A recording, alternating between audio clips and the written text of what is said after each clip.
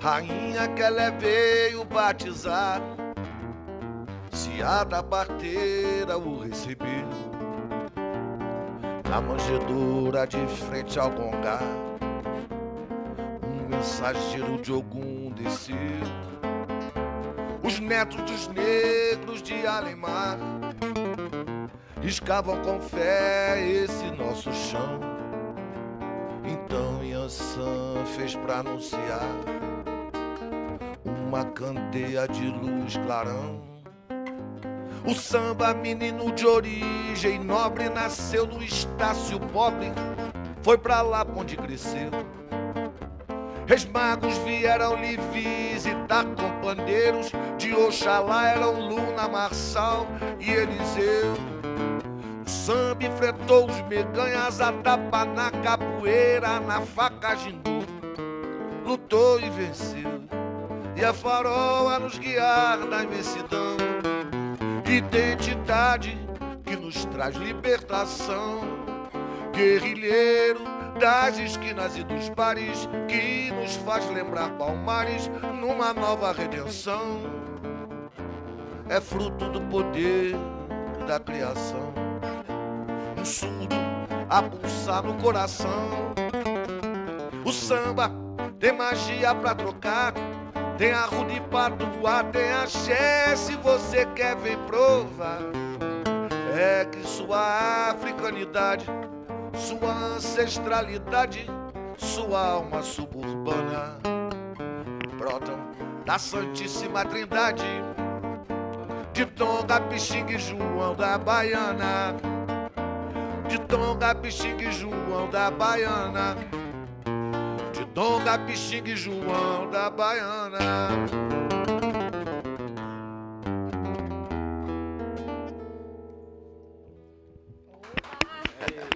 Salve, salve, galera antenada no Samba em Rede mais uma vez. Eu sou a Kathleen, apresentadora do Samba em Rede Convida. E estamos com dois convidados aqui que já disseram a que vieram, né? Didu Nogueira, que vem de uma família musical, Isso. filho da grande Giza Nogueira, sobrinho de João. Isso. Muito obrigada pela presença. Eu que agradeço a oportunidade. Boa tarde a todos. E Jorge Simas, uma referência do violão sete cordas, produtor, arranjador, compositor, professor universitário também? Também. Engenheiro. É. Enfim, tem muitas funções.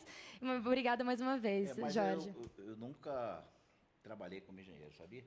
Só fiz um estágio, mas a música já tinha me Acho que absorvido. o samba agradece, né? Aí eu acabei ficando já, desde a época de estudante, tocava aqui, tocava lá. Então, não consegui fazer outra coisa assim.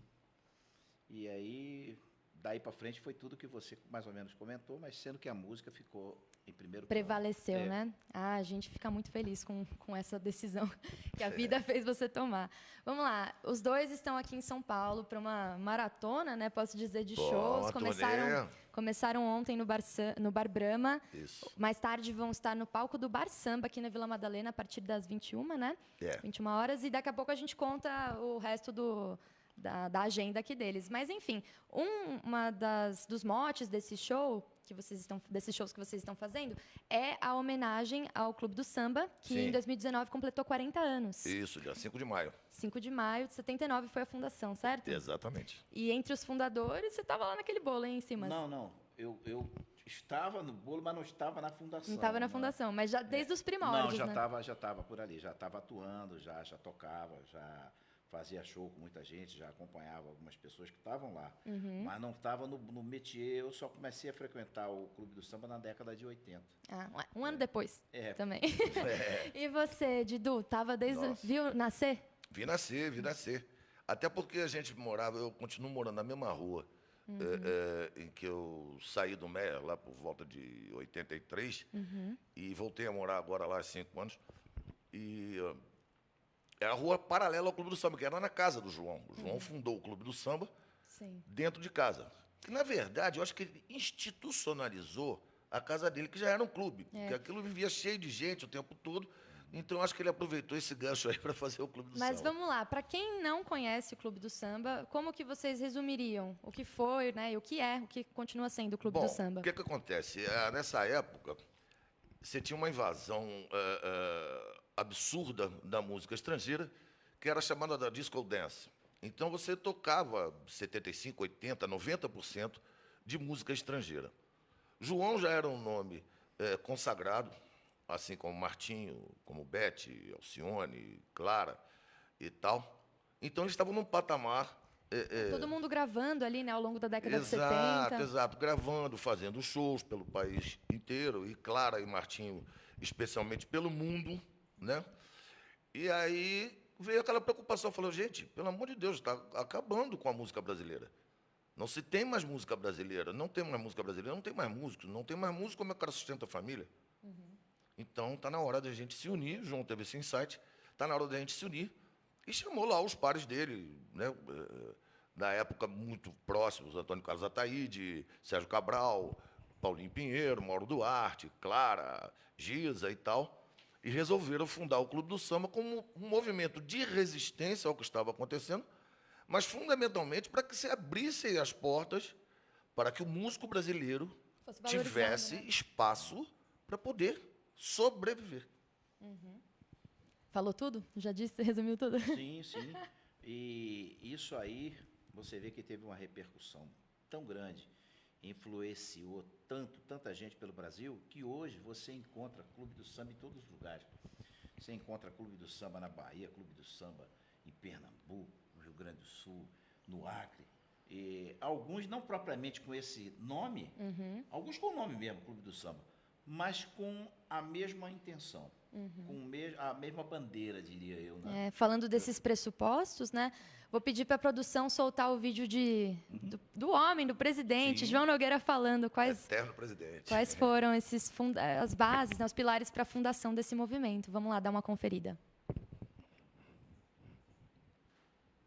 Nós pensamos em fazer o Bloco do Clube do Samba há coisa de um mês atrás, quer dizer, sem o tempo para poder fazer os ensaios, e escolher um samba, essa coisa toda, porque realmente nós achamos que não haveria razão de, no Carnaval Carioca, não haver uma apresentação do Bloco do Clube do Samba, que é uma festa que o samba predomina. Mas, João, que dias que o Bloco desfila? O Bloco vai sair aos sábados, no sábado e na terça-feira, né? Vai sair daqui do Meia, nós iremos em ônibus especiais até a Candelária, e da Candelária desfilaremos até a Cinelândia. E essa são fantasias e tal, como é que é? Bom, as fantasias foram desenhadas, nós fizemos o seguinte, compramos as fazendas e mandamos fazer as camisetas dos homens. Quem tiver uma bermuda branca pode adquirir uma camiseta no Clube do Samba e um tamanquinho já está fantasiado. Estamos vendendo, quer dizer, trocando, né, pelo preço de custo, quer dizer, para facilitar e dar uma uniformidade ao bloco, né? Agora a música, tem alguma música que identifica o bloco, João? Bom, as músicas também, pelo fato de não ter tempo, quer dizer, nós temos compositores do Clube do Samba suficientes para fazer um samba até em 20 minutos, acredito. Mas para ensinar a rapaziada seria um pouco difícil. Então nós resolvemos homenagear pessoas que reconhecidamente prestaram serviços relevantes ao samba brasileiro, como o Paulo da Portela, Mirabô e vai por aí. E alguns sambas também nossos, já conhecidos. Muito legal, né? Muito bacana, né?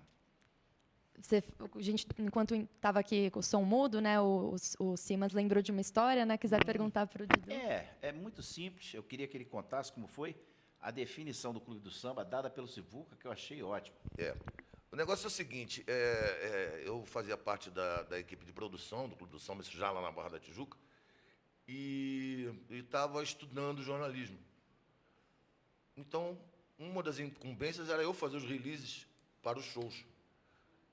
E o Sivuca era contratado da gravadora Copacabana. Eu liguei para a Copacabana e não tinha release. Eu liguei para o Lapenha, que era o diretor de comunicação. Falei, Lapenha, não tem release, como é que a gente faz? Falou, vem cá que eu vou te ensinar a fazer. Aí fui lá para o escritório dele, me ensinou a fazer. Você agora vai entrevistar o Sivuca e, a partir da entrevista, você monta o release. Aí tá ok. Fui, entrevistei o Sivuca, nossa, papo agradabilíssimo e tal, solto. Até que uma hora eu pergunto, Sivuca, qual é a importância de você tocar no Clube do Samba? Ele disse o seguinte, o Clube do Samba é a embaixada brasileira dentro do Brasil. Lindo, né? Muito legal. Muito legal isso, né? E isso é verdade, está registrado em uma fita cassete que eu doei ao Museu da Imagem do Som. Muito legal isso. E falando desses registros históricos, né, como esse que a gente acabou de ver do Arquivo Nacional do Rio de Janeiro, vocês estão numa missão mesmo, né, de recuperar essa memória, celebrar esses 40 anos de um movimento que deixou sua marca no passado e que permanece, né, reverbera aqui no presente, inclusive estão em campanha de financiamento coletivo, né, para fazer a gravação de um CD comemorativo dos 40 anos com os enredos de... Isso, desde 80. Então, a partir de 80, A partir né? de 80, do primeiro até 99, que é o mais novo, digamos E uma assim. coisa, né, muito interessante, que a gente até conversou antes da entrevista começar, é o cunho político, né, desses sambas e, enfim, provavelmente grande parte dos integrantes, né, do Clube do Samba. E eu queria que vocês, primeiro, falassem da relevância disso, um movimento de samba e de ser um movimento engajado. Sim. E se tem algum samba enredo que vocês lembram, que vocês gostam mais ou menos. E daí depois a gente fala com mais detalhes do projeto. Mas vamos lá, primeiro. Não, é o seguinte, a gente, há uns 5 anos atrás, o Simas estava lá no Rio, eu falei assim, mas a gente precisava guardar essa memória do Clube do Samba, que ninguém tem. Eu, como puxei desde o primeiro ano até 2001, 2002, eu falei, cara, só eu tenho essa memória. E o principal, naturalmente, é a memória musical disso, porque a letra você pode achar em qualquer canto, mas quem é que sabe a música? Era o Didu que sabia. Aí eu falei, então vamos nessa. Aí gravamos isso, deixamos para lá. Aí, esse ano, eu liguei e falei, pô, sim, mas a gente precisa fazer um disco e tal, desse tributo ao João. Ele falou, Didu, tudo bem, a gente vai fazer isso, mas vamos primeiro gravar o Clube do Samba. Aí liguei para a Ângela, minha tia, presidenta, Clarice, minha prima. Estou autorizado? Estou autorizado. Aí, sim, mas vamos ver aqui, tal, babá. Aí escolhi as músicas e escolhemos os solistas. Então, é uma produção minha e do Simas, todos os arranjos do Simas. Está tocando também Alceuzinho Maia de cavaco, percussão Marcelo Pisotti, Marco Basílio, Felipe Donguinha. No coro da Giza, Marina Iris, Eliane Duarte. Enfim, está um elenco... Eliane? Marquinho, Eliane Duarte. O Marquinho está solando com ela uma outra música. Está o Ernesto Pires, está o Chico Alves e tal.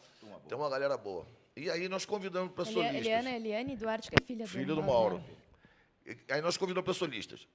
Na música do Mauro, o Marquinho e a Eliane, filho do Mauro, que é o primeiro samba. Na música do Padeirinho, o Mestre Birinha, filho do Padeirinho, que vai dividir com o Nelson Sargento essa faixa. E fora os outros convidados que são Martim da Vila, Giza Nogueira, Diogo Nogueira, Martinalha, Feital. Paulo César Feital, Paulo César Pinheiro, o próprio Simas, eu, o Alex Ribeiro, filho do Roberto Ribeiro. Será que eu estou esquecendo alguém? Acho que não. Então é isso. A gente já está gravando, já está finalizando, na verdade. Está colocando, agora só os solistas estão colocando voz, já está tudo pronto. A gente acredita, certamente em dezembro já estarão nas plataformas digitais. Muito legal. E o CD a gente quer ver se consegue ainda ficar pronto até dezembro. Olha só, né? e você, enfim, tem a campanha aí que está aberta, né, para quem puder ajudar. Benfeitoria.com / 40 anos Clube do Samba. O pessoal até já disponibilizou aqui nos comentários. Quem galera aí quiser fortalecer o samba e, enfim, ter acesso a um registro impecável, né? Olha só as pessoas que estão envolvidas nesse projeto e o valor histórico, né? Claro. Enfim, muito legal essa iniciativa de vocês. Isso que você falou da questão da crítica política, social, tudo mais. Ao longo desses anos todos, você escutando os sambas, você vai ver fatos relevantes, não tudo, mas fatos muito significativos da nossa história, relatados ali de forma jocosa, cômica, irônica e com muita criatividade, né? Sim. Não falta isso. Né? Não, e atualíssimo, né? Se você pegar... Também, muita coisa está se repetindo aí. Não. É verdade. Vou pedir para a produção soltar o videozinho de 86, então, que é o João no desfile do bloco. Vamos lá. Esse cara, Paulo César Feital. Que é o presidente do mundo, tá brincando com a Beth Carvalho. Por que esse enredo, João? Com esse enredo, é que para nós a solução do Brasil é parar de roubar. Falou tudo. Constituinte. Tá vendo? Para de roubar que dá. Isso aí foi o carnaval de 86, 86, isso aí na Avenida Rio Branco, você vê o Diogo no pescoço do João ali, né? E esse tema aí, o samba desse ano, qual que era o tema? Para de roubar. Para de roubar que dá. Para de roubar que dá. Para de roubar que dá. Para de roubar. Depois de 20 anos dessa luta, enfrentando a força bruta, enrouquecidos de tanto gritar, cansado, torturado, censurado, esse povo amargurado teve esperança de esperar, botando os filhos da bruta pra rodar, botando os filhos da bruta pra rodar. Para de roubar que dá, para de roubar que dá, para de roubar que dá, para de roubar. O povo olhando o rabo do cometa e malandro proxeneta enrabando a multidão. Chega de mamar na minha teta, vê se bota gente preta pra jogar na seleção. Vamos ganhar, tá chegando a hora, é o seguinte, vamos a Constituinte, ajoelhou, tem que rezar. Para de roubar que dá, para de roubar que dá. Muito bom, muito bom. Pois é, esse aí, quem foram o compositor ou os compositores Não, desse? o Clube do Samba era o seguinte, não tinha disputa. Na verdade, teve 2 vezes, mas não deu certo. Porque o Clube do Samba, por ser um movimento criado por artistas, compositores, ficaria uma coisa meio esquisita. Por exemplo, o João Nogueira fazer com o Paulinho Pinheiro, o Mauro Duarte fazer com o Paulo César Feital, o Carlinhos Vergueiro fazer com o Sérgio Cabral. Como é que você ia? Quem é que ia julgar isso? Mas como que eles definiam? Porque você tem uma variedade ali, né? Bom, isso aí... Brasília em especial, e seus próceres,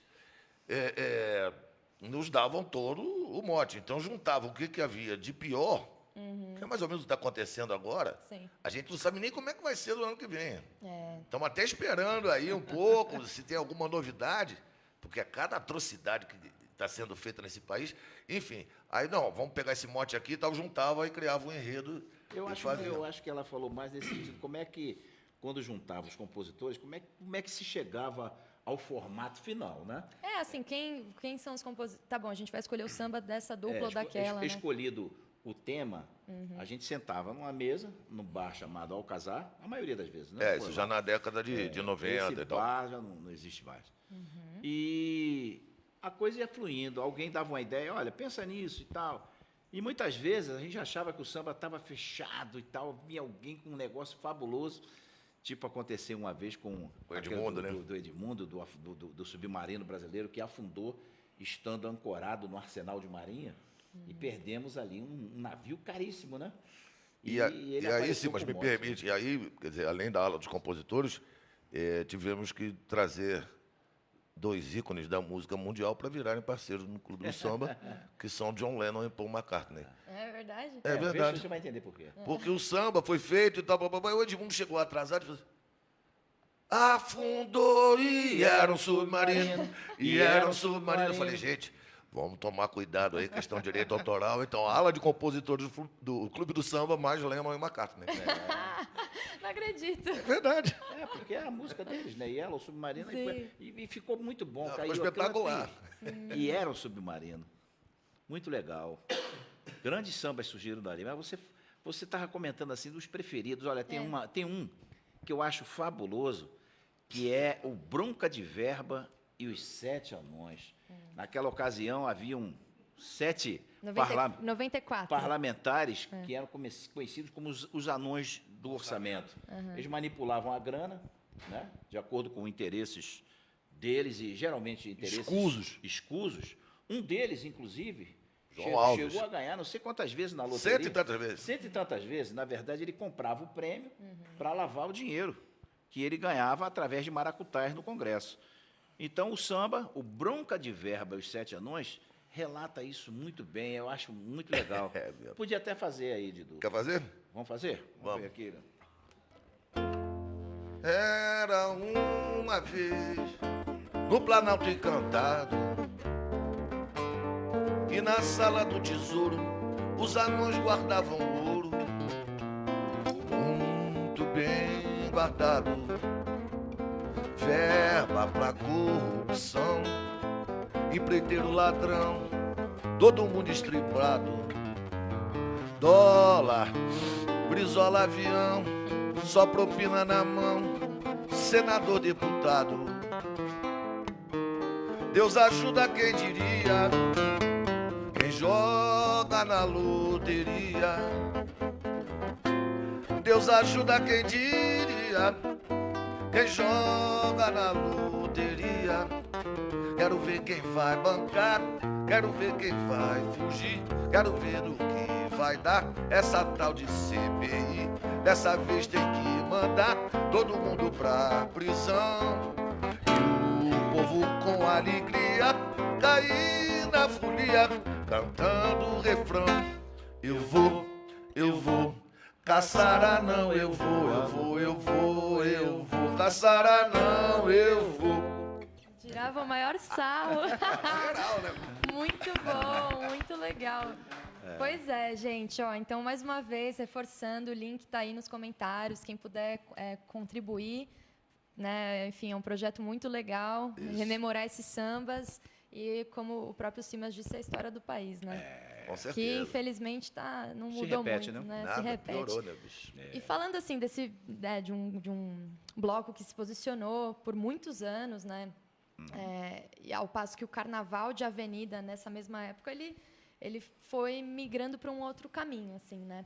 Mas hoje, não sei nem se vocês concordam comigo, mas hoje a gente vê, nesses últimos anos pelo menos, algumas agremiações, sobretudo no Rio de Janeiro, se posicionando assim, eles estão vindo com temas um pouco mais contestadores, os sambas também, às vezes alfinetando alguém ali ou acolá. Eu queria saber qual que é o envolvimento de vocês com escolas de samba hoje em dia e o que vocês acham, qual o impacto, né, que essa virada de chave, principalmente temática, pode causar com relação ao cenário político, assim, como as pessoas elas veem o carnaval e veem isso associado ao movimento político, por exemplo. Bom, eu vou dizer o seguinte, eu não tenho relação nenhuma com a escola de samba, eu sou apenas um torcedor da Portela e tal. Observo muito de longe, muito perifericamente, toda a coisa. O que eu acho é o seguinte, você tinha nos anos 80 a Caprichosos e Pilares e a São Clemente, que eram as escolas contestadoras da época, que são escolas pequenas, perto, né, das mega escolas aí e tal. Aí se passou um período que é da redemocratização e tal, a coisa foi ficando mais leve. E ano passado, Mangueira, né? E Tuiuti, não sei se é ano passado, ano retrasado e tal. Foi agora esse ano, né? 2019. Foi 19, né? E tal, vem com temas expondo mesmo essa ferida aberta que nós estamos vivendo, que parecia estar cicatrizada, mas eles puxaram lá enfim, o fio da cicatriz que não devia estar muito bem costurado, e está voltando. Não creio, sinceramente, que isso vá. O que pode acontecer é que, dentro das escolas de samba, em havendo renovação nos seus quadros, na ala de compositores, isso possa despertar. Mas, fora isso, não vejo que isso possa influenciar a cabeça de ninguém, não. Depois também tem o seguinte problema. A escola de samba, de certa maneira, passou muito tempo, recentemente, dependendo de verbas ou de governos estaduais, municipais, até federais, em alguns casos, para sair, e Lei Rouanet e tudo mais. Então, certos enredos dificultam o dinheiro ser injetado na escola de samba. Né?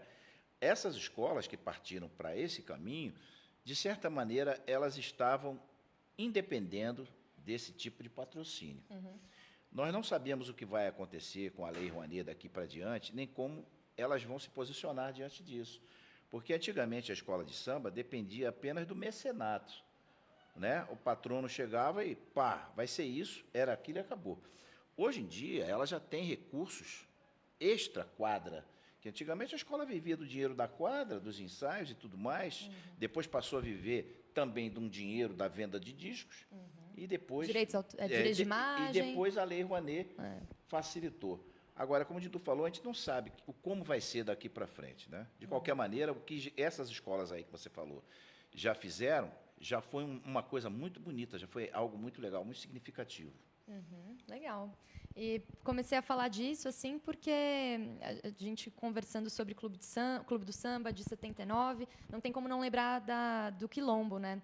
Vou até falar o nome certinho, ó, Grêmio Recreativo de Arte Negra, Escola de Samba Quilombo, que também é um marco para a história do samba, em termos de resistência, em termos de uma defesa do sambista, sei lá, tradicional, né? E elas são movimentos contemporâneos, né? Se a gente estava conversando aqui, se eu não me engano, o Quilombo é de 75, por aí. E eu queria que vocês falassem um pouco das diferenças e semelhanças desses movimentos. Quando que eles se aproximam e quando que eles... Né, não, na verdade, a semelhança é a defesa da cultura popular brasileira, da música, em especial do gênero que é o samba.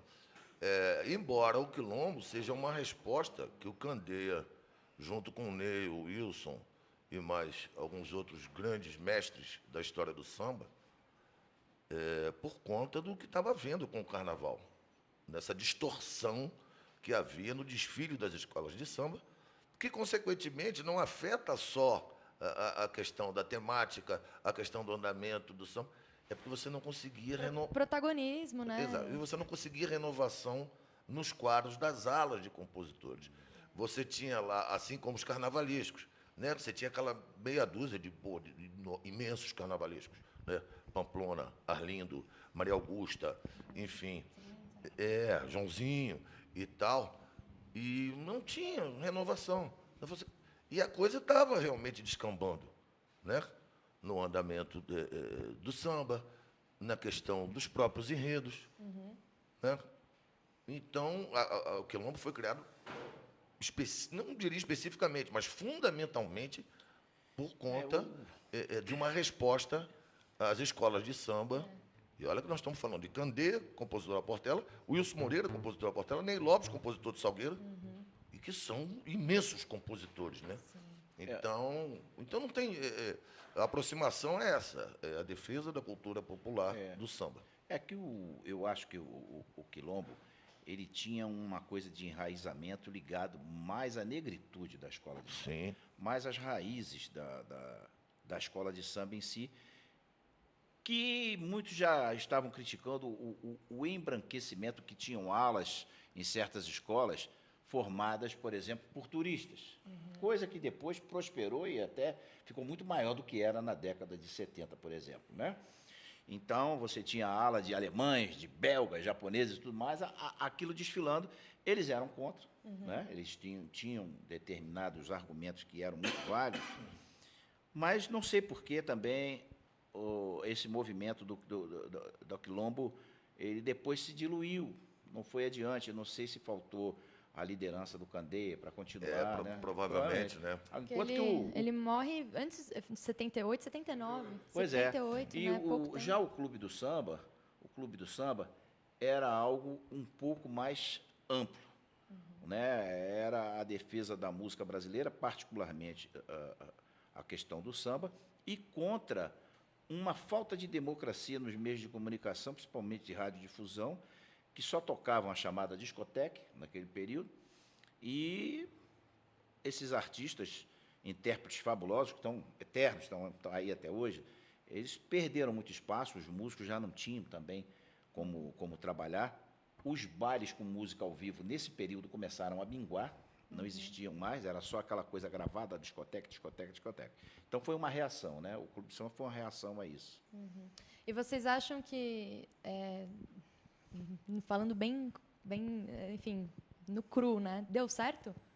Essa reação do Clube do Samba, essa aglomeração de artistas do segmento, eles conseguiram ter mais visibilidade, serem mais valorizados? Sim, com certeza absoluta. Até porque os artistas de samba naquela época eram grandes vendedores.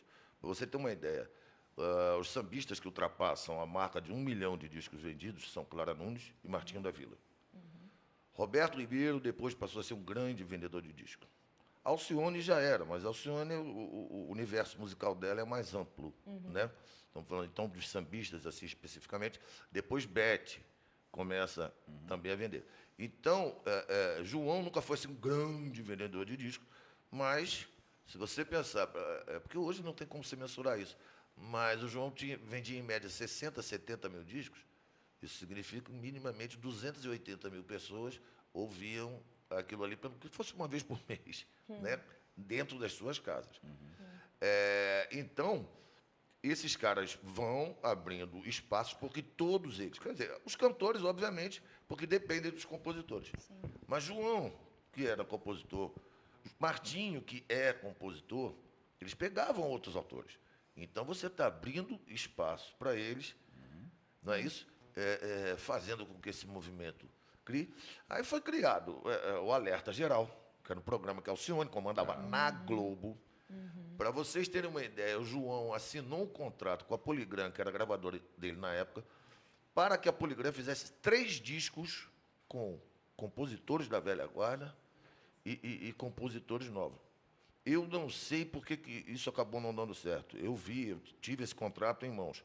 Eu acredito que, pelo fato do João ser da mesma gravadora, embora tenha sido ele que tenha conseguido isso tudo, ele talvez achou que fosse incompatível o fato dele ser da gravadora e o pessoal não dá a atenção que ele tivesse esperando. Então, acabou que não se realizou. E, enfim, e você vai, como o Simas disse anteriormente, você vai replicando essa ideia do Clube do Samba em várias cidades, especialmente nas capitais do país. Então, quer dizer, isso deu certo, mas agora a questão da mídia, minha querida, é um negócio complicadíssimo. Você pega um programa da Globo chamado Só Toca Top, você não conhece ninguém. É ninguém, mas é ninguém, não é? Fulano apareceu. Apareceu, esse eu já ouvi falar. Né? Até porque música, o conceito é diferente. Né? É verdade. Nessa época aí, até um pouco antes, é muito engraçado porque essa invasão da música estrangeira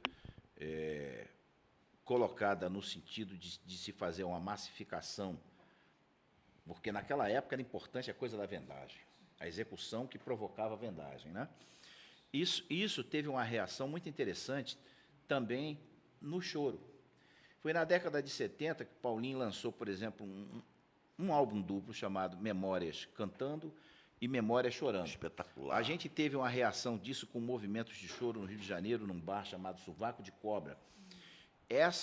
Havia um paralelo da reação do pessoal do choro e do samba a essa imposição de uma cultura estrangeira de baixa qualidade. Porque não é dizer, não, o que eles estavam tocando era Saravô, Ella Fitzgerald, não era isso, não. Era música, eu não dizia, o chacundum, né? Então tem uma teoria do Ney Lopes que eles faziam a venda do pente fino, mas o que interessava era o Gumex para amaciar o cabelo, porque eles faziam o seguinte, lançavam alguns nomes aqui do chamado soul, do pop no Brasil, mas o que interessava era vender, por exemplo, vou citar nomes, mas sem nada contra, mas para vender o Michael Jackson, para vender outros artistas, aos quais as gravadoras nacionais, que eram filiais das estrangeiras, não prestavam conta dessas vendagens. Eles ganhavam muito em cima disso com a sonegação. Então, isso era um problema também, porque essa sonegação acabou também se estendendo na prestação de contas aos próprios artistas nossos daqui. Né? Essa luta pelos direitos autorais é algo que praticamente se eternizou. Até hoje não se chegou a um ponto que dissesse assim, não, agora está legal, está muito bom. Então, por trás disso, tinha toda uma coisa de uma bandeira de defender cantores, músicos, compositores e tudo mais. E se associou, então, o choro com o samba. Sim.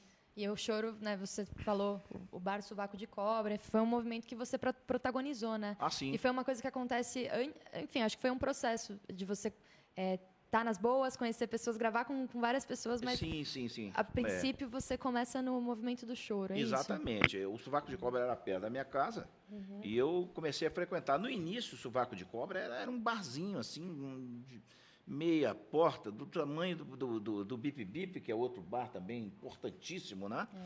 que já existia na ocasião. Caramba, esse Mas- começo da década de 70. É, exatamente. O Sovaco de Cobra, você tinha ali Elisete Cardoso, Paulo Moura, Altamiro Carrilho, Raul de Barro, Joel Nascimento, uma seleção, Zé da Velha e tal. Você tinha uma seleção de músicos que se reuniam por prazer.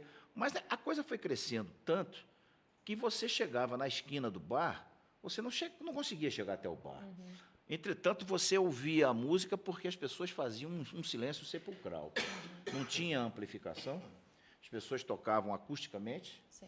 e era realmente algo fabuloso. Dali saíram Rafael Rabelo, Maurício Carrilho, Luciana, muitos músicos, né? Celcinho, Silva, grandes músicos passaram por ali, foi uma escola para eles, como foi para mim também. E olha que interessante, a gente falando assim de alguns segmentos do samba, então o Clube do Samba, a gente falou do Quilombo, estamos falando aqui de uma cena do choro que se fortalece e se impõe. E aí, algumas semanas atrás, a gente recebeu a Dorina e o Mauro Diniz, falando dos pagodes também. Que também foi outra coisa realmente muito legal. Só que os pagodes começaram um pouquinho depois. Eles já começaram no final da década de 70 com um movimento no cacique. E nos anos 80 isso realmente prosperou. Né? Você vê, então, várias vertentes. O Clube do Samba ali. é antes, é anterior, e o movimento do choro também. Mas esse movimento deles é importantíssimo, dos pagodes. Né? Enfim, várias vertentes ali se posicionando, pisando, como diria a Giovana, no chão com força, né? Esse chão com força, assim.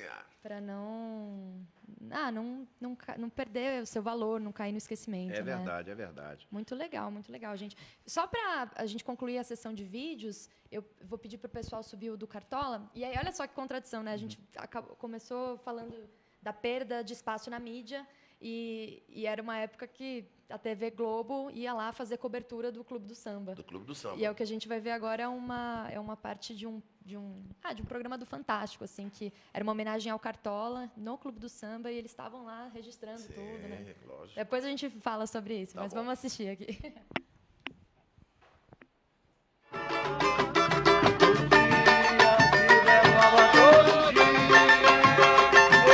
João Nogueira convocou o Clube do Samba para uma homenagem ao mestre Cartola. Foi ontem à noite na casa de João, no Rio, e não faltou nem gente jovem, nem gente da velha guarda.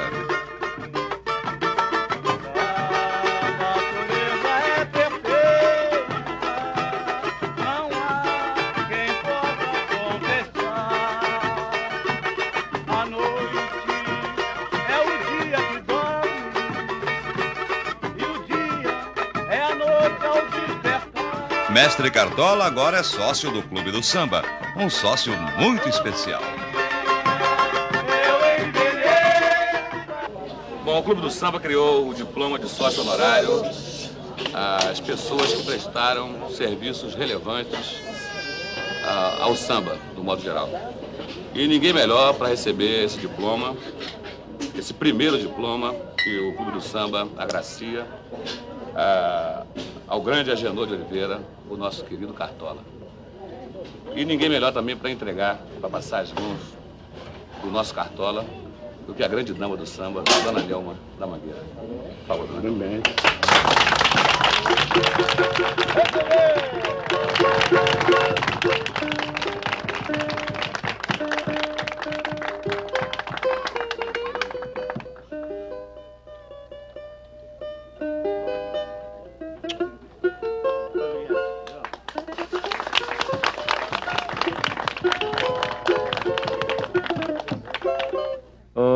João Nogueira, eu quero agradecer em meu nome, em nome da Mangueira, em nome de todas as escolas, a lembrança desse primeiro diploma que foi me dado em minhas mãos pela diretoria do Clube do Samba.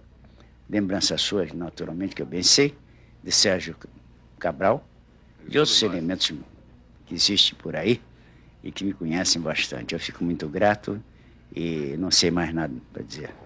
Você merece.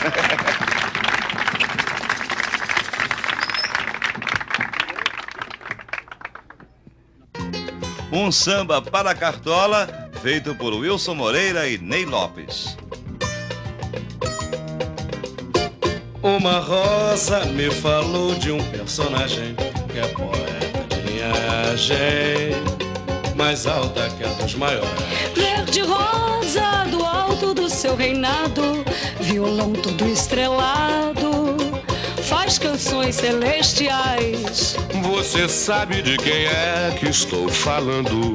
Menestrel, mestre malandro, que no samba fez a sua escola. Samba, hoje é coisa de respeito, mesmo andando com pandeiro e com viola. Graças, entre outros, a este menino que é divino e não deixou de ser cartola. Graças, entre outros, a este menino que é divino e não deixou de ser cartola.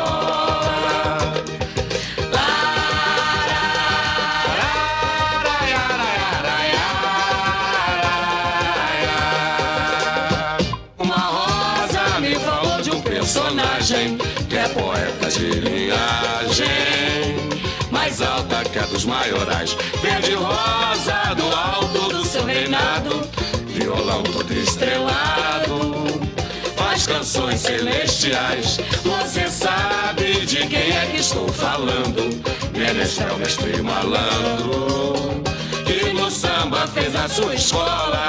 Samba, hoje é coisa de respeito, mesmo andando com pandeiro e com viola. Graças, entre outros, a este menino que é divino e não deixou de ser cartola. Graças, entre outros, a este menino que é divino e não deixou de ser cartola.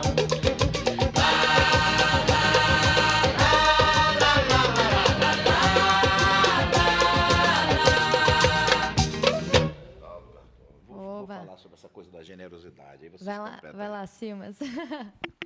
Pode falar, fica à vontade, por favor. Fala, Simas. Já é? Sim. Olha, nós vimos aí no vídeo algumas pessoas que são símbolos da nossa música, né?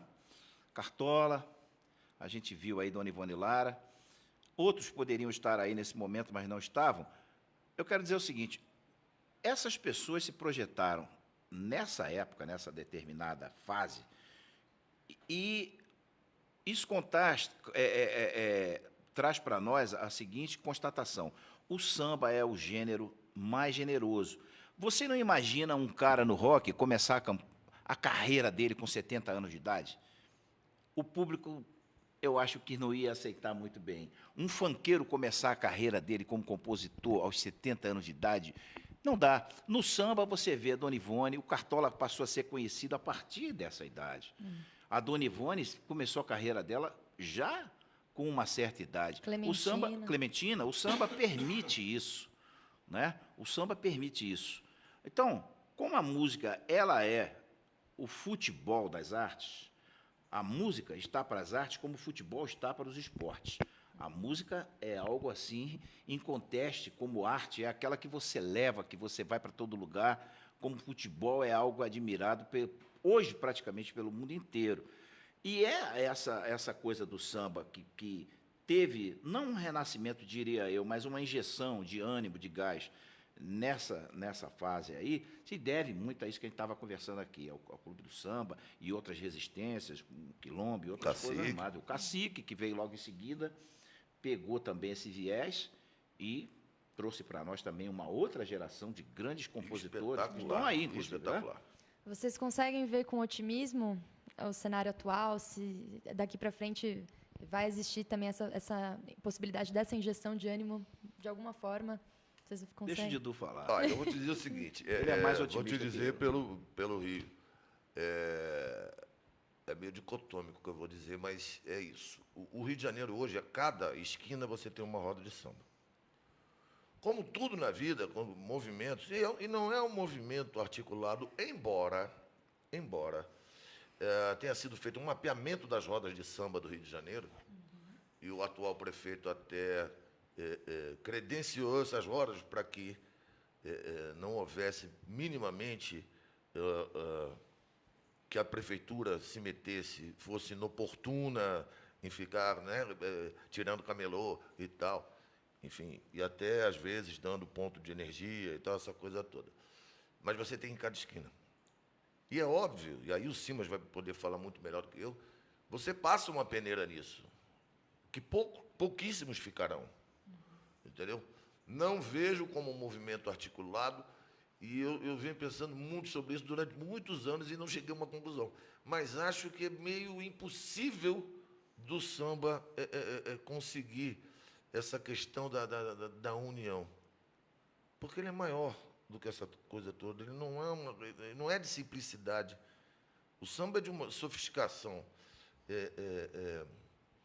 como é que eu diria, sociológica, antropológica, filosófica, que é muito complicado de você juntar. Se você parar para pensar que a origem dele é negra, que a origem dele é africana, e que ela já se mistura desde lá até aqui, com pessoas falando linguagens diferentes, talvez esteja aí o grande mistério, mas acho absolutamente válido.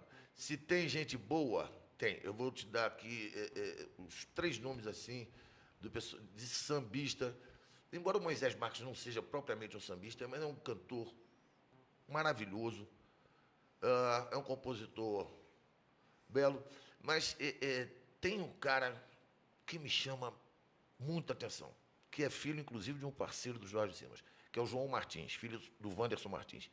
Esse moleque, para mim, é assim um grande compositor. Esse moleque, eu acho que vai longe. Você ainda tem também os outros meninos. Tem o Inácio Rios, filho do Zé Catimba. Quer dizer, filho de elefante nasce de tromba, né? Então, esses aí estão dando prosseguimento a essa renovação, né? E muitas dessas pessoas que você chega numa roda, canta o samba e tal, e não sabe quem é, né? Você encontra, eventualmente, numa roda. Eu acho que é isso. Não tem esse volume, né, muito grande, até porque as peneiras vão passando e quem é de questão fica. Como já dizia aquele disco, quem samba fica, quem não samba vai embora. Eu creio no seguinte, o samba é o nosso gênero mais guerrilheiro. Está ligado a uma resistência e é aquele que se manifesta de forma muito espontânea nos bares. Os outros gêneros não têm isso. Você não vê isso acontecer espontaneamente nos bares, nas esquinas, no quintal das casas, como o samba. É mais difícil. As pessoas precisam de um fundo de garagem, precisam de um amplificador, precisam de um captador, precisam disso, daquilo. O samba não. 2 caras, um com pandeiro, o outro com cavaquinho, a coisa acontece. É muito fácil. Agora, eu acho que falta uma liderança, como foi a liderança do João naquele período, eu acho que hoje nós não temos. As pessoas que foram participantes desses movimentos naquelas 2 décadas, principalmente, dos anos 70 e 80, hoje eu acho que não se mobilizam para isso, né? Já passaram por muitas dificuldades, muitas lutas. Eu estou falando aqui Alcione, Paulinho da Viola, Martim e tudo mais, que foram pessoas que se engajaram nesse momento, na época. Hoje eu não vejo lideranças novas que precisariam da chancela desses, precisariam de um apadrinhamento que não existe, né? Eu acho que tem, na nova geração, realmente tem. No Brasil tem novos compositores sempre, em todos os gêneros. Tem. Mas nós não temos uma divulgação. Você imagina, por exemplo, se Chico Buarque fosse começar a carreira dele hoje, a dificuldade que ele ia encontrar para alguém gravar as músicas dele. Imagina se Paulinho da Viola estivesse começando a carreira dele hoje. Olha, eu sou Paulinho da Viola, ninguém me conhece, eu tenho um samba aqui. Quem vai gravar? Então, é muito difícil para essa nova geração ter uma projeção à altura até do talento que muitos têm. É complicado. Você tem essa geração da Lapa, lá no Rio, mas é uma geração também que praticamente era repetidora. Era uma geração repetidora de coisas que já foram feitas. São poucos os compositores novos que você tem acesso, não é porque não existam, mas você não tem acesso. Talvez tenha, sim. Você for aqui no Samba da Vela, se você for nas rodas de samba, que o Dilu está dizendo que lá no Rio tem, realmente tem muitos, para conhecer. Mas isso vai ficando sempre naquele âmbito da resistência, da guerrilha do samba. Para chegar a uma difusão maior, precisaria de de outras coisas, que nem mesmo eu sei aqui explicar, mas que pudessem aquecer isso, e essa coisa ser diluída por aí. Não é. Você acha no Recife, em Manaus, em Belém, em outros lugares aí, sambistas incríveis, mas a coisa fica sempre ali, não há uma propagação, ninguém grava essas pessoas. Ninguém grava. Pô, se ninguém está gravando Chico Buarque, se ninguém está gravando Paulinho da Viola, quem é que vai gravar Zé das Couves e Fulano da Perna? Não, vocês não é? Não, mas pois é. O Zeca até grava pessoas e tal, mas realmente, até mesmo esses compositores, um Aldir, por exemplo, quem é que grava hoje? Antigamente você ficava esperando a música do Chico todo ano. Olha, qual é a música do Chico que a Bethânia vai gravar? Qual é a música do Chico que a Simone vai gravar? Qual é a música do Chico que fulano vai gravar? Qual é a música do Aldir que fulano vai gravar? Você esperava. Hoje em dia você não espera nem o disco daquela pessoa sem B nem C. Essas pessoas não estão gravando mais. A coisa está tomando um outro formato que ainda não se definiu bem.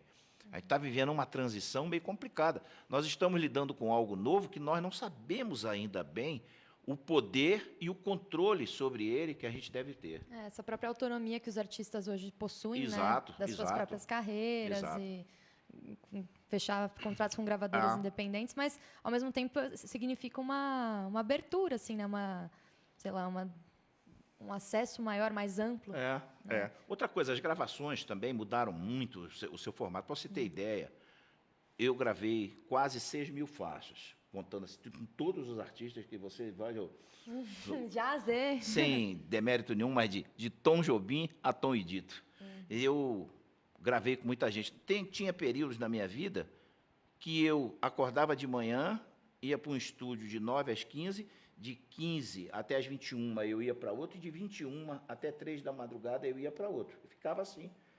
Nesse período, era gravação.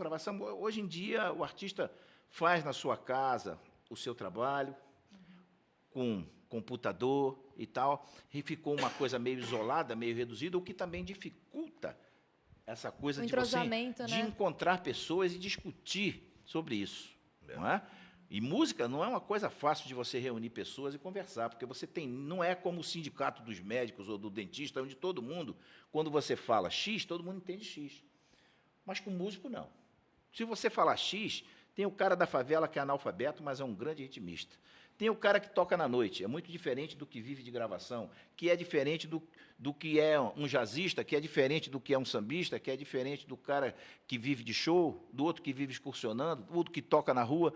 São visões e situações distintas que fica difícil até você encontrar uma unidade de classe para levantar uma bandeira também. Um cenário muito... complexo, né? Tá bom. Vamos lá, eu já acabei de receber... Você ia falar alguma coisa? Não. Para concluir? Mas enfim, ótima análise, tem muita moral na praça para falar qualquer coisa, né?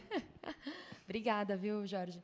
Mas acabei de receber aqui uma notícia um pouco triste, que a gente tem pouquinho tempo. Então, vamos mudar um pouco o assunto, para contemplar aqui alguns temas super, super importantes, né? Um deles é esse CD aqui, gravação, Identidade, do Dido Nogueira, saiu esse ano. Saiu esse ano, em janeiro. Saiu em janeiro desse ano, é um disco que está rodando aí em vários lugares, ainda está sendo apresentado, está sendo muito celebrado. E o Didu, eu acho que foi antes ou foi antes, um pouquinho antes. Um pouquinho antes ele 17, da Giza de 17. Produziu aqui o disco da mãe dele, grande Giza Nogueira, compositora, do jeito que vem. Então fica aqui uma dica também para quem quiser conferir, mas vamos falar com mais detalhes desse daqui, do Identidade, né? O Didu, que a gente conversou, tem mais de 40 anos aí que está atuando na produção musical. Por aí, uns 40 anos. Conviveu, anda muito mal acompanhado, pelo visto. Nossa Senhora. E aí eu quero saber como que foi esse processo dessa construção dessa identidade aqui, literalmente, né? Quando que você decide sair, como você mesmo disse, das coxias e ir para frente do palco? Né? Conta um pouquinho. Isso é um processo meio doido. Veja só. Em 86, eu fui convidado pelo Carlos Moutinho, que era empresário do Dona Ivone Lara. A gente estava no Clube do Samba e eu subi ali para cantar e tal. Sempre gostei de cantar, mas nunca com a menor preocupação de ser artista, enfim. Aí fui e falei, pô, Didu, você canta bem. Canta uma música lenta. Eu falei, cara, dá um tempo. Vai lá e canta. Aí cantei. Falei, olha, não vou te prometer nada não, eu estou indo para São Paulo com a Alessi, porque ele era empresário da Alessi também. Aguenta aí que de repente tem um negócio bom para você. Ah, tá bom. Aí me ligou e falou, cara, é o seguinte, grava 2 músicas aí, que eu vou levar aqui na Copacabana. E o Carlinhos era empresário da Alessi, na época que a Alessi ganhou o primeiro disco de ouro. Isso é fundo de quintal, é pagode pra valer. 70 e poucos. 86. 86? É. Mais pra frente. Aí, eu cheguei, aí saí uns 15 dias depois e tal, gravei. Aí, uns 15 dias depois, deu um telefone, tinha um recado na minha mesa lá no Clube do Samba, ligar para o número tal. Aí liguei, gravadora Copacabana. O Carlos Montinho e tal. Arruma uma bala, vem pra cá. Bom, resumindo a ópera. O cara falou assim, olha só, eu não estava nessa vibe de samba. Falei, vou fazer um disco de MPB. Aí peguei música com a Fátima Guedes, peguei música com o Geraldinho Azevedo, fui pedindo, né? Claudinho Jorge, enfim, uma opção de gente. Aí, segundo o cara, falou assim, cara, pô, entrou o tal do plano cruzado lá, retiveram o dinheiro de muita gente e tal, caiu. Depois teve uma segunda situação, caiu. Mas, de qualquer forma, eu, como sempre gostei de cantar, e sem essa preocupação de ser artista, de querer ser artista, porque não adianta você querer ser artista. Artista ou você é ou não é. Você pode ser músico, você pode ser cantor, você pode ser arranjador, mas artista é uma coisa diferente, que vai juntar vários elementos de tudo isso que eu estou falando para o cara ser um artista. Além do que, isso é uma coisa que nasce com você. Bom, e aí tal, até que o Simas me convida, eu chamei ele para gravar lá no Rio, ou fazer show e tal. Aí ele me liga e fala assim, cara, vem passar 10 dias aqui comigo no Recife. Aí fui para lá, falei, porra, cara, vou passar 10 dias aqui, falei, podia fazer alguma coisa junto. Aí começamos a fazer esse show tributo ao João Nogueira. E nesse processo todo, eu já vinha pensando que muitos músicos, muitos compositores, pode, tu canta bem, tu tem que gravar. Eu falei, bicho, vai ser chato pra caramba, eu não gosto muito disso, não. Quero não, posso não, minha mãe não deixa não.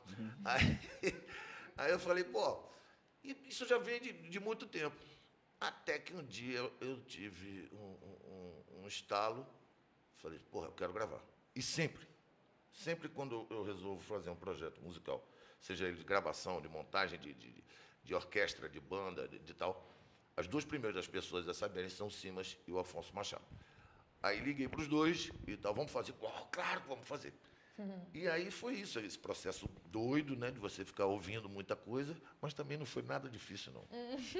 E eu queria que você destacasse um pouquinho as faixas que tem aqui, né? A gente começou essa entrevista com a música Santíssima Trindade, que é uma parceria dos 2. Isso.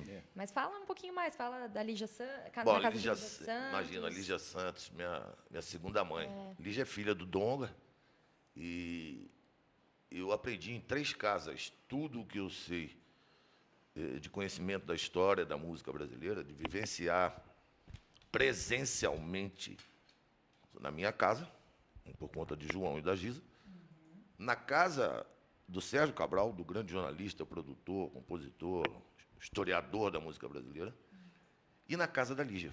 Eu morava aqui em São Paulo, fiquei 2 anos morando aqui, isso entre 72 e 74.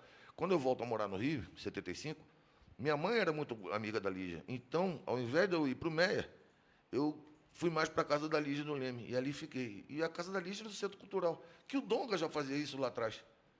Né? Os saraus que o Donga fazia, com o Pixinguinha, com o João da Baiana, com Vila Lobos, com Jacó do Bandolim. A Lígia foi dando seguimento a isso. Então, a minha mãe tem uma frase que define a Lígia espetacularmente. Ela diz que a Lígia é a tia Seata do século XX. Porque todo sambista passava necessariamente pelo crivo da Lígia. E a Lígia era muito parceira do meu querido, amado Pelão, tomara que esteja nos vendo aqui, esse maior produtor de discos desse país.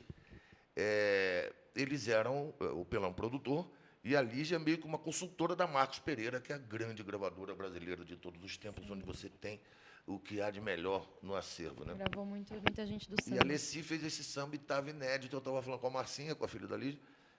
Pô, Dido, e o repertório e tal? Eu falei, pois é, mas eu falei, cacete, meu Deus do céu, na casa de Lígia Santos. Aí liguei para a Alessi falou, tá doido, meu sobrinho? Claro, grava. Eu falei, pô, eu fiquei, me emociona muito eu poder falar de Lígia, ainda vou lá, toda semana eu estou lá, enfim. Que maravilha. Enfim, tem muitas outras Pérolas não. Pérolas, não é mesmo? Sim, sim. Muitas outras músicas incríveis. O disco está disponível nas plataformas digitais, está à venda também. E vocês Sim. estão correndo trecho aí, divulgando, apresentando essa obra, né? Sim, um pouco disso, né? A gente está, nesse momento, misturando um pouco o show Tributo ao João Nogueira e, obviamente, um pouco desse disco que a gente está eternamente lançando, né? Porque disco você não... Enfim, e um pouco dos 40 anos do Clube do Samba. Maravilha. E só agora falando um pouquinho mais dessa faceta de compositor, Simas também, né? Que tem 2 registros lançados imperdíveis para quem gosta de samba e quer um samba de boa qualidade. Por favor, a Carta ao Rei. Eu não, infelizmente, não pude trazer porque não temos mais esses CDs. Não porque todo mundo comprando. Não, vendeu realmente. horrores. Não é isso não. É complicado mesmo, você vai perdendo, vai sendo roubado, empresta. Então, eu tenho alguns exemplares em casa e o Carta ao Rei, que é um trabalho meu com Paulo César Feital, está sendo agora, ele foi, vai ser lançado, foi remasterizado, vai ser lançado novamente. Ai, que né? beleza. É um disco Janeiro. que a gente gosta muito, que tem desse disco tem Chico Buarque, justamente cantando o Labareda. que foi feito em homenagem ao João, tem Paulo Moura, Leni Andrade, Selma Reis, Cris Delano e tal. Então, e tem o Pela Palavra, que também são músicas minhas com outros parceiros, né? Ora eu como letrista, ora como melodista, outras vezes eu sozinho fazendo e tal. Mas eu queria falar sobre o Didu, tá, na presença dele aqui, falar uma coisa. O Didu é muito autêntico, ele é um carioca realmente muito representativo da nossa espécie carioca. Né? É um sujeito que só faltava para ele, por ser carioca mesmo, ser Flamengo. Mas isso aí, depois, com o tempo, ele corrige. Mas veja, é um sujeito que conhece do riscado. Ele não está fazendo samba por uma questão de oportunismo nem nada. Ele foi criado nesse métier. O disco é um disco muito verdadeiro, ele gravou coisas que têm a ver com ele, não tem nenhum samba onde ele peça palminha, todo mundo na palma da mão, olelê, oi, oi, oi. Isso é um negócio que dá arrepio quando eu vejo isso, porque eu não via isso no Cartola, não vi no Nelson Cavaquinho, nunca vi no João, nunca vejo em ninguém assim representativo da nossa música. Está aqui o nosso querido Germano, nunca vi o Luiz Carlos da Vila fazer samba pedindo, vem comigo, na palminha, não sei o quê. Então... o Didu, além de ser um grande intérprete, eu acho ele muito verdadeiro na maneira como ele faz as coisas. Ele tem uma postura de palco também muito legal, é um sujeito que sabe do que está acontecendo atrás, ele conhece a gênese da coisa, a raiz que está fazendo aquilo crescer. Então, é um trabalho muito bacana, muito verdadeiro, já devia ter feito há mais tempo, todo mundo ficava em cima, faça, mas ele... Por uma questão de... Fala, querido. Vem cá. É impossível eu não falar isso. Aparece Sei lá, eu tô há um pouquinho de tempo aí, não, já milita com o senta samba aqui. aí. Mas a coisa mais bonita que eu vi foi a alegria dos instrumentistas, das pessoas que gravam, cutucando o Didu para fazer o disco, e na hora que ele pegou e resolveu fazer isso, isso foi uma coisa maravilhosa, assim. Talvez foi o disco mais esperado do ano, assim. Concorda ou não? Eu acho que do Todo século. mundo do século. Eles falavam, meu, pouco o Didu não tinha feito ainda, entendeu? por que Você não vê a fez? vibração das pessoas, é uma coisa que me comove. Isso Desculpa aí. sair de lá de trás para falar isso, mas a verdade tem que ser dita. É verdade, você Não falou é mesmo. isso? Todo mundo tinha essa expectativa e esse desejo, né? As pessoas que tocaram, os músicos e os compositores que mandaram músicas para ele, fizeram isso com uma alegria, com uma satisfação enorme. Agora, você imagine eu, que além de tocar no disco e fazer alguns arranjos, tive a honra, a felicidade de fazer um samba junto com ele. Eu, realmente, isso para mim, das músicas que eu fiz, assim, com vários compositores, foi uma das parcerias que mais me alegrou, porque o Didu é meu amigo, eu admiro ele como ser humano, a gente tem uma amizade de longa data, e eu esperava por isso. Não pela parceria, foi inusitado, foi de repente, mas que muito me honrou, eu fiquei muito feliz. Mas o trabalho, eu acho um trabalho muito verdadeiro, isso para mim diz muito. O trabalho, quando é outra coisa que vem de dentro, emocional, sem truques, não é um samba com truques. Eu acho que o Rio de Janeiro não podia continuar sem ter um disco de Dudu Nogueira. Que talvez Com também é o certeza. cara mais carioca assim, que eu conheço na acepção. É verdade. Eu quero Salve o dizer Meyer, seguinte, meu compadre. É isso aí. Para de jogar Quero- confete aí, é quero- contigo aí, beijo. Quero, Mano Bobé. Germano é uma das principais pessoas responsáveis pela realização desse disco. É verdade. Eu acho que não foi difícil pelo seguinte, é a coletividade. Eu, primeiro, acima de tudo, eu sou um democrata, eu sou um socialista e eu faço isso como profissão de fé na minha vida. Minha mulher, Mara Dias, a gente ficava, desde ouvindo as músicas no Zap que as pessoas mandavam, e aí eu fazia o seguinte, ouve aqui, meu amor. Ela fala assim, essa aqui vai, essa aqui eu acho mais legal, essa aqui eu não sei. Porque aí não é a mulher do Dudu Nogueira, é o público que está ouvindo, né? Então, é uma produção minha, do Simas, do Afonso Machado, do Tiago Machado, e a gente, além de reunir esses monstros, né, tem Dirceu Leite, Alceu Maia, Marquinhos Basílio, Felipe Donguinha, Marcelo Pisotti, Maestro Marinho Bofa, meu querido Marinho Bofa, Elinho Delmiro, olha que chiqueza, um resgate, né? olha Trazer o Elinho. que chiqueza. Puxa. Moacir Neves, Zé Luiz Maia, o Simas pegou uma rapaziada, uma rapaziada lá do Recife para fazer cordas, para fazer sopros. Enfim, é uma satisfação enorme. E a gente poder levar isso ao público, e aí entra o produtor e o intérprete, você sabe quem está te olhando, quem está te ouvindo, né? Mesmo da coxia, às vezes você consegue, mas é óbvio que você estando em cena, fica mais fácil. Então, enquanto o nego estiver lá conversando, o outro lá no celular, o outro fazendo o joguinho, bicho, não importa, vai ter aquela pessoa ali, que a missão nossa é essa, né? Do intérprete é essa, de você poder levar a obra dos compositores para que isso cause algum sentimento, qualquer ele que seja. Aí você já sai satisfeito, está tudo certo. Maravilha. Então fica o convite aí para quem ainda não conferiu aqui esse registro. É isso. Show de bola, tem muita coisa boa.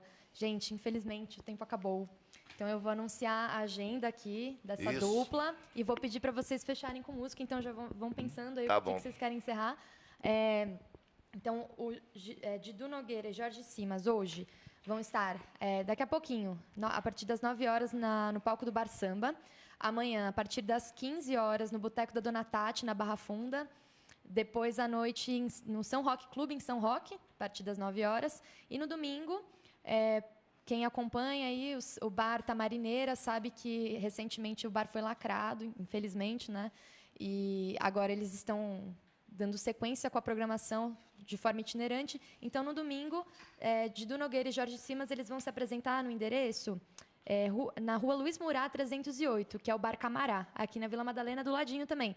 Então, se tiver alguma dúvida, a gente também deixou o link da programação da agenda dos dois aí nos comentários. E fica o convite, né? Então, pessoal, muito obrigada, de verdade. Imagina, mais nós é que uma vez. agradecemos Foi esse muito legal, espaço uma aula. maravilhoso. É uma honra. Foi uma aula mesmo, Germano, nosso professor. Obrigada mais uma vez, pessoal, a equipe aqui do Samba e Rede também. E vou pedir para vocês encerrarem aí. Fiquem à vontade. Escolha uma coisa. Vamos fazer a labareda, então, que é um samba do Jorge Simas com Paulinho Feital em homenagem ao João. Muito obrigado a todos aí, então esperamos vocês a partir de hoje até domingo aqui em São Paulo. Que sai o clube sem seu bamba, quem é que vai puxar o samba? Riscando no chão suave, pemba de fé, quem é? Vem a meio pau nossa bandeira, Solução Meyer Madureira, e aquela mesa do Alcazar. Sei, foi bambeado o infinito, e hoje o céu é mais bonito. Existe uma estrela gingando por lá, quem é? Quem tocou na alma brasileira, como quem toca a companheira, pele com pele até sangrar. Pois samba jorrando por todos os poros de bantos, de lusos bororos, pra denunciar ou sonhar. Quem é esse malandro de primeira, com sobrenome de Madeira e labareda no olhar? João, o bloco sai, queira ou não queira, e a gente toma a saideira depois que a saudade desfilar. Só vem quem tem força e canta, e solta esse nó na garganta, em prantos que a tua lembrança traz.